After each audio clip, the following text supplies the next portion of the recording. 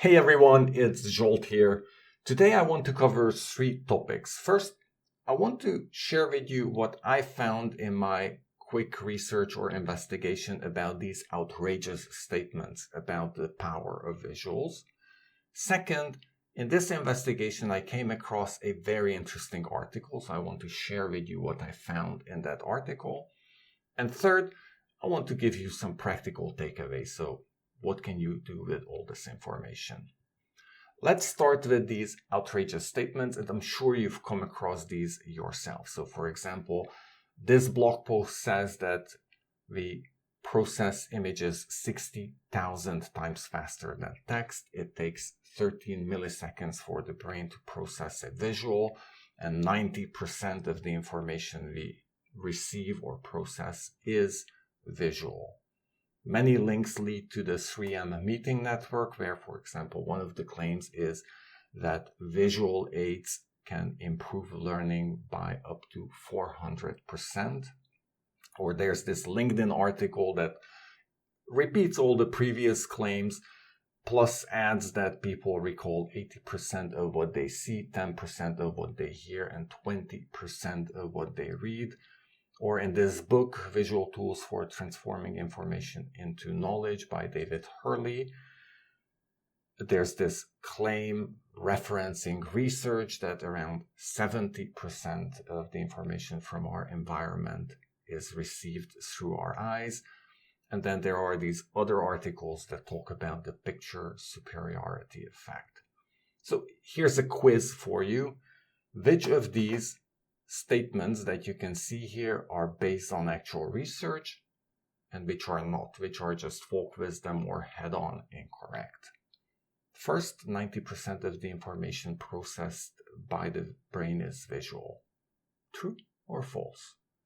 It takes only 13 milliseconds for the brain to process an image. True or false? The brain processes images 60,000 times faster than text. What do you think? And finally, people remember 80% of what they see compared to 10% of what they hear and 20% of what they read. So these are the results that I came up with. The first one, 90% of the information processed by the brain is visual.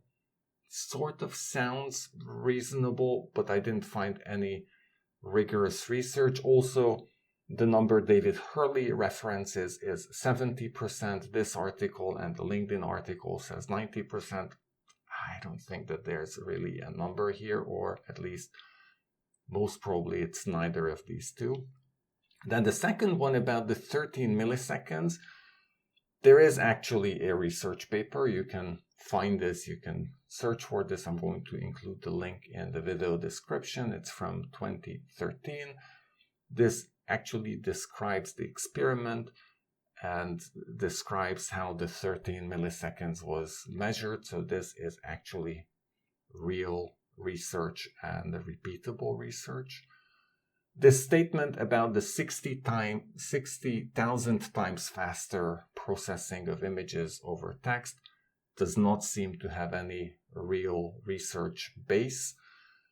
I read this article by Matic Bros. He refers to other articles as well, tracing back this claim to the early 1980s, but then the trace sort of disappears and there is no actual research that can be found.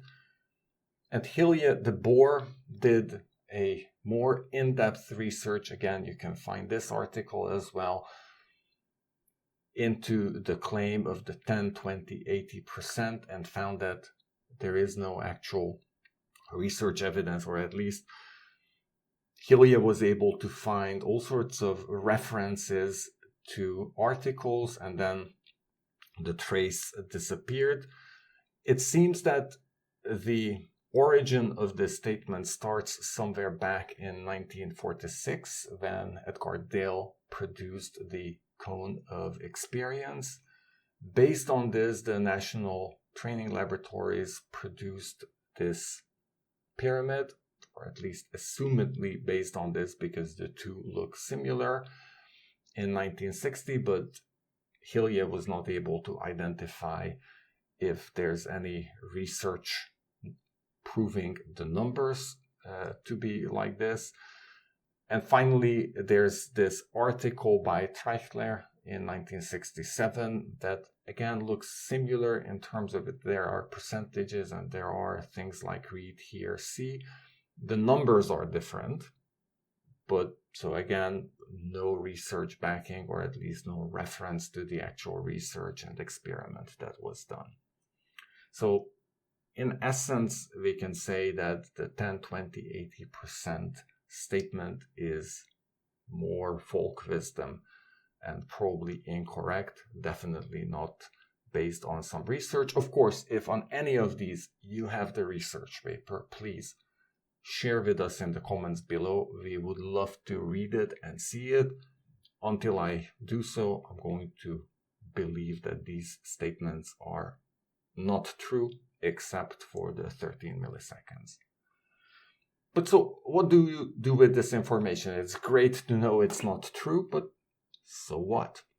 Well, so this is where we come to the article that I found. But before we jump into the article, I just wanted to mention that regardless of these percentages, based on experience, I can state that creating visuals, especially modeling by way of using diagrams, is a super good way of building and understanding. I'm thinking of process diagrams, concept maps, thinking maps, mind maps, etc. I have a whole bunch of videos on these topics. If you're interested, I recommend checking them out. Regardless of the percentages, this is, I think, very useful and hands-on information. But let's look at this article by Paul Martin Lester, The Syntactic Theory of Visual Communication. The article sounds super serious. I tried to create a visual summary of this that I hope you will like and will help you understand the concepts. Lester starts with this argument that we are taught to read stories, but we are never taught to read images. In fact, when you're a child, everything is a drawing, and then you're taught or you learn about letter pictures, then word pictures, then sentence pictures. But throughout the education, and very early on in the education, there's this division. Pictures on one side, text on the other side, pictures playing a subservient role to words. And if you think about the classes that you went to, there are many classes that deal with reading, writing, with understanding stories and understanding text. And there's only art class that deals with actually not only images, but a broader area of arts. So I hope you like my Orwellian image in the centers in terms of pictures are good, but words are better. However, we are becoming a visually mediated society. Reading is losing to watching because viewing requires less mental processing. Guess what? You're now viewing a YouTube video. And at the same time, more than any other technological innovations, computers have created this explosion in the use of images and media. Back in 1955, this was already an issue and a concern to some people that this is actually not a book, but a long article from that time, Why Johnny Can't Read. And the simplistic answer here is because there are too many images and not enough words. But of course, there can be other explanations as well. Maybe there's nothing worthwhile to read. Maybe reading is not required to make a living. Maybe Johnny's parents are not reading, so he's not reading either. Or maybe Johnny is reading something else that is not recognized by the author of this writing. And Lester goes on to this assertion that there can be visual messages with their own rules of syntax that are being read, but this language may mean nothing to those who can only read words. And here I did my attempt of translating this sentence into emojis. You can decide if I did a good job or not, and I would be also very interested in your translation of this sentence into emojis in the comments below. So if you want to play with it, super fun, try to translate this into emojis and share it in the comments below. But regardless of how we think about the need for more reading or not, I think you cannot argue with the statements that words are easily forgotten, but picture stays in our minds. For example, if you've seen this picture from the 1989 Tiananmen Square uprising with this lone protester standing defiantly in front of a line of Chinese tanks, you will never forget this. You might have forgotten the events and the details leading up to the event, but you've not forgotten this image. This sticks to you for your life. And of course, you remember this not only because it's a highly emotional image, but also because you have thought about this image in your mind with words. And this is a point we'll come back to a couple of times in this article, this translation of the image into words in your mind. So from this introduction, Lester takes the discussion into first a discussion about the syntax of symbols, where there's a clear difference between pictures and text, because pictures are presentational and not discursive. Discursive means that the complex information in your mind is translated into a narrative structure, into a train of thought that is sequential, while on the other hand, pictures are holistic. It's like a shop window. You look at the whole thing in one go. There is no formal grammar to pictures, and as such, it is not a language. There are two issues with images. First, there is no recognized syntax, and second, there is no visual alphabet, and I'm going to come back to these later on, so that's why you see the arrows there. And without a language, they cannot be read. And Susan Sontag argues that only that which narrates can make us understand. So in this sense, because pictures don't narrate, the claim is it cannot make us understand. So now let's talk about these two claims, that there's no visual alphabet and no recognized syntax. First, about the alphabet. In the article, Lester references Fernande Saint-Martin, and in her book, she defines the term of a coloreme as the basic letter in a visual alphabet. This reminded me, so this is not from the book, but something I found very interesting about Fields, Forms, and Flows by Dave Gray. If you search for this, you will find this on YouTube, a very interesting short video. And in this sense, the letters are the forms, which are the closed shapes, and the open lines, which are the flows. And then the other paper reference by Lester is Recognition by Components. This is a writing by Irving Biderman.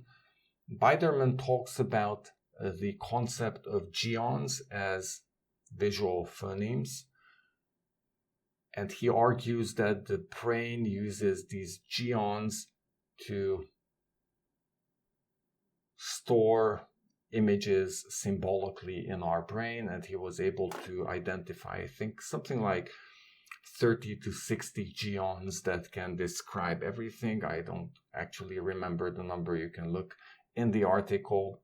The bottom line is, the reason you're able to recognize an object like a chair from different perspectives and different type of chairs is because it's stored symbolically in your brains using something like geons as the letter of the visual alphabet, and that's how the brain can process these. And this is great, but this is really not very practical. So there is not much you can do with this information. But then moving on to the other topic, that there is no recognized syntax, Noam Chomsky writes that language contains deep structures and surface structures. The surface structure is the arrangement of words in their proper order. This is super important for a spoken language or written language because it's sequential and you need to know what comes after what. In case of visuals, this is slightly different because you take in a picture in one blink instead of going through the sequential structure of a text. But anyway, so that's the surface structure. And then there are deep structures, which is the actual meaning of the word.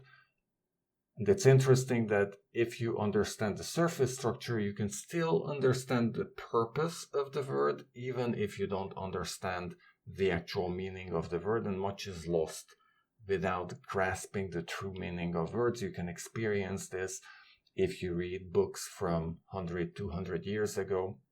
You already need some education to understand what they meant by the words. Or if you're reading a foreign language, then again, you can understand the sentence structure, but still you might be missing some of the nuanced understanding.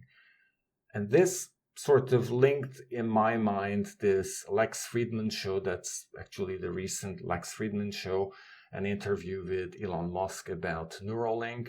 And in this, Elon talks about the effective bitrate that increases with compression. And he mentions that actually words are a forms of compression. And this reminded me that actually visuals provide a form of compression. And in some cases, visuals provide an even larger compression rate than words. But of course, you need to have the understanding behind those visuals. And then there's this other statement around the deep structures and the understanding that photography is the only language that is understood by all parts of the world. It's sort of a universal language. However, photographs quote rather than translate reality. And so that's an important difference here. And in the end, you might argue that pictures are not a language in the verbal sense, and pictures have no lexicon or syntax in a formal grammarian sense, but they do have form, structure, convention, and rules. And this takes us to this discussion about the semiotic approach to visual communication. Semiotics is the study of the signs and symbols and their use and interpretation.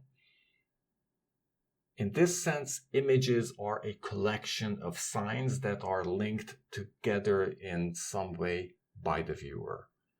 And yes, a picture is worth 1,000 words, but only if you think or say or write those words down. If not, then that's actually just a picture. So semiotics is broken down into 3 separate topics or domains. There's pragmatics, which is the study of the origin and the common uses and communicative effects of signs. Then there's semantics, which talks about the significance of signs in various cultures. So for example, this sign means okay in one culture, money in another, and is the middle finger in another. So be careful with signs. And then there's syntactics, which is about combining signs to form messages. And while pragmatics and semantics are important, they are not unique to visual communication. For this reason, we're going to focus on syntactics. And the basic statement here is a sign by itself means nothing, meaning depends on other signs. So there was this research that looked at how people read newspaper, and to me it's like the four wheels of a car, and later on I'm going to have a reference to this car. Essentially, researchers found that people first look at the front page photograph, then they read the caption of the photograph, then they read the headline, and if they're still interested, they read the story. And in this sense, 1 + 1, the picture and the text, equals 3. The combination of these two symbolic systems, if they're used in a strategic way, is super powerful. So in this sense, it's not correct to say that either words or pictures supplements the other. The right verb to use is complements, and sometimes even the pride of authorship are mingled when you have a successful article. The role of text is to load the image, burdening it with culture, moral, and imagination. And of course, the role of the image is to raise awareness and also communicate parts of the thought that are impossible to communicate via words, or would take many, many words to communicate. And this takes us to the 3 tenets of the syntactic theory of visual communication. Tenet 1 says that mediated words and pictures have equal importance in the communication process. In fact, words are signs of lines, curves, shapes, and colors rooted in images. Our writing originated from cave drawings, and at one time words were icons, and it took us over 1,000 generations to convert from an iconic to symbolic signs. In this process, there were the Sumerian cuneiforms, and then the Phoenician alphabet, and then came Gutenberg with his printing press, through which words gained dominance over images, leading to a decline in visual literacy as text became standardized. So look at the Codex page versus a page from the Bible as printed by Gutenberg. The second tenet is that mediated words and pictures are both symbolic representations. And symbols, in order to be thought and remembered, must be verbalized. So if I look at the sign there, I need to think north to understand what's there. The second statement here is that concrete nouns are far more memorable and aid recall better than abstract ones. My argument is illustrations can help turn abstract into something concrete. This is why it's super hard to come up with a good illustration, because you're trying to convert an abstract idea into something concrete. So essentially, words are the images of things, and giving names to objects enhances the memory of those objects. And sometimes words, like in case of loop, actually look like the word. I liked this because this is so loopy. So indeed, words are images of things. Finally, the third tenet states that images are remembered by thinking about them in words. Images are a collection of signs, and as such become language when read in the mind. Lester concludes with this beautiful vision for the future, that when words and images hold equal importance across all forms of communications, different cultures will find it easier to understand one another. So that's all good, but so what, you might ask. So here are my 6 takeaways from all of this discussion. First of all, text and visuals both play a mutually reinforcing role in note-taking, in PKM, in communications, in all of these things, complementing and reinforcing each other's impact, which means that you should actually take time to do deliberate design. Aim for a tight alignment between your visuals, your captions, titles, and text, to achieve maximum impact and coherence in your material. So don't just put a pretty picture there. Think about what you want to put there. I have this video, I'm going to link it in the description below, about the 7 steps to create concept visuals. There is a process that you can use to create visuals that communicate the idea, and they are not just a picture to make the page more colorful. Then the third idea I'm taking away, and I recommend you to take away, is this idea of compression of ideas and how images act as a powerful form of information compression, conveying complex concepts in the blink of an eye. The one way I use images and my book on a page summaries is, once I have these individual images, these atomic illustrations of ideas, I can start to shuffle them around and create a new story using those images and work with those ideas at a higher level, at the meta level, because I can look at the whole paragraph of the book summarized in a single visual. And of course, I can then look behind the scenes to read the entire paragraph or entire chapter for myself. But essentially, these visuals become a compression of ideas. Then fourth, narration is essential. So adding verbal summaries, titles, captions to illustrations strengthens their value as aids in recall. The way I do this is, in Excalibur you can flip the image over, but in PowerPoint you can add slide notes and so on. I actually like to write down my summary sentence or a few summary sentences about the visual, and that way the visual and my summarization become one unit of information. And this verbalization is indeed essential in terms of getting the best use of images.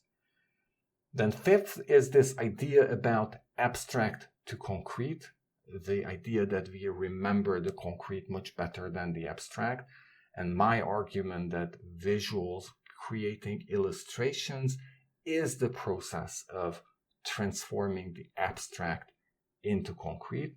It's extremely hard, but it's hard for a reason, because it's very hard to make the abstract concrete. And finally, the idea is about sharpening your tools. Because traditional education emphasizes writing, my advocacy is that investing your time in learning illustration can be a much better value for money. You get better bang for your buck.